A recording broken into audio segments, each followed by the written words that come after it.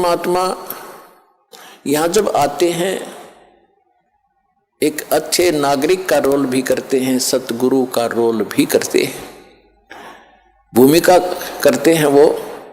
और दूसरी स्थिति में वो परमात्मा अच्छी आत्माओं को मिलते हैं, वहां से सहशरीर आते हैं जिंदा महात्मा के रूप में, सबको अच्छी आत्माओं को मिलते हैं, उनको अपने से परिचित कराते हैं। फिर वो पुण्यात्माएं भी परमात्मा की महिमा आंखों देखकर आपको सुनाते हैं। लेकिन सबसे बड़ी हमारे अंदर एक कमी रही, जो हम परमात्मा को नहीं पहचान सके, ना उन महापुरुषों की उन वाणी को हम समझ सके जिन्होंने अपने अमृत वाणी में एफिडेविट देकर गए, वो भगवान के विटनेस बने, गवाह बने। हम नहीं समझ सके क्योंकि हम अशिक्षित थे। हमारे पूर्वज जो थे वो श्रद्धालु गणे थे, विश्वासी बहुत थे, क्योंकि जो आत्मा अच्छी होती हैं वो विश्वास प्रत्येक पर कर लेती हैं। और परमात्मा ने आपको शिक्षा इसलिए नहीं दी पहले समय में, यह शिक्षा हमारी सबसे दुश्मन है। यदि हम शिक्षा प्राप्त करके परमात्मा की खोज नहीं करते हैं तो यह शिक्षा व्यर्थ है। इस शिक्षा ने हमें अहंकारी बना दिया और मर्यादाहीन बना दिया, माया का अधीन बना दिया, माया ही जोड़ना एक उद्देश्य मान लिया। कोई भी बच्चा शिक्षा ग्रहण करने के लिए घर से चलता है, उसका उद्देश्य यही होता है, बड़ा अफसर बनूं, घनी कमाई करूं, 2 नंबर की घनी करूं। वो कौन सी ट्रेनिंग है जिसमें तनख्वाह से अतिरिक्त और मिलती है? रिश्वत घनी। आईएएस बनूं, आईपीएस बनूं, मंत्री बनूं, एमएलए बनूं, मुख्यमंत्री बनूं, घने माया जोड़ूं। तो क्या मनुष्य जीवन का यही काम था? ये कार्य तो एक गोबर का भूंड करता है, गोबर का भूंड। अगर हमने यही काम के लिए मनुष्य जीवन पाया है तो गोबर का भूंड कैसा होता है? खेतों में पशु गोबर करते हैं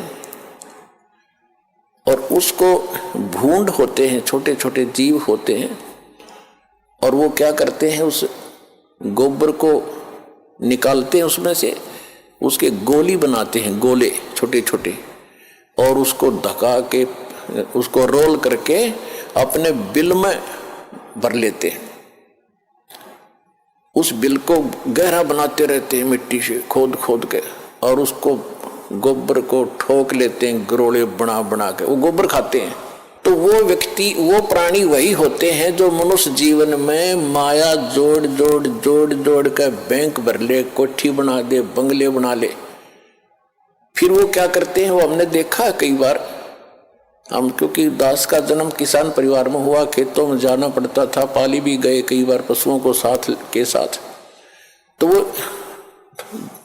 दोनों पति पत्नी भूंड गोबर को इकट्ठा करते हैं, अच्छा मोटा गोला बनाकर उसका, और फिर उसको दोनों धका कर ले जाते हैं, एक आगे से एक पीछे से, और मंडे रहे इतने पूरा ना खत्म कर लें, कहीं और ना ले जा और कम पड़ जा।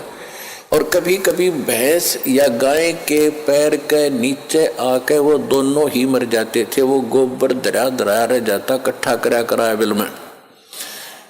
तो यदि हम मनुष्य जीवन पाकर भी इससे काम लगे हैं, ये मंत्रियों के आप सुनते हो कि क्या इनके कैसी लीलाएं आप सुन रहे हो, किसी पर इतने घोटाले का आरोप है, किसी ने इतने पैसे इकट्ठे कर लिए, और ऐसे ये मंत्री, मुख्यमंत्री, प्रधानमंत्री, कोई हेलीकॉप्टर के उससे दुर्घटना से मर गए, कोई बीमारी से, कोई किसी और हादसे में मारे गए। वो गोबर जो इकट्ठा कराया था सारे जीवन में, वो धन वो यहीं रह गया, कोई ना जाने कौन बरतेगा। और वो भाई की तरह गधा बनकर जिस जिस से वो पैसे ले रखे थे सबके पूरे करेगा, रोएगा असंग जन्मों तक। तुमने उस दरगाह का मैल नहीं देखा और धर्मराज के तिल तिल का लेखा।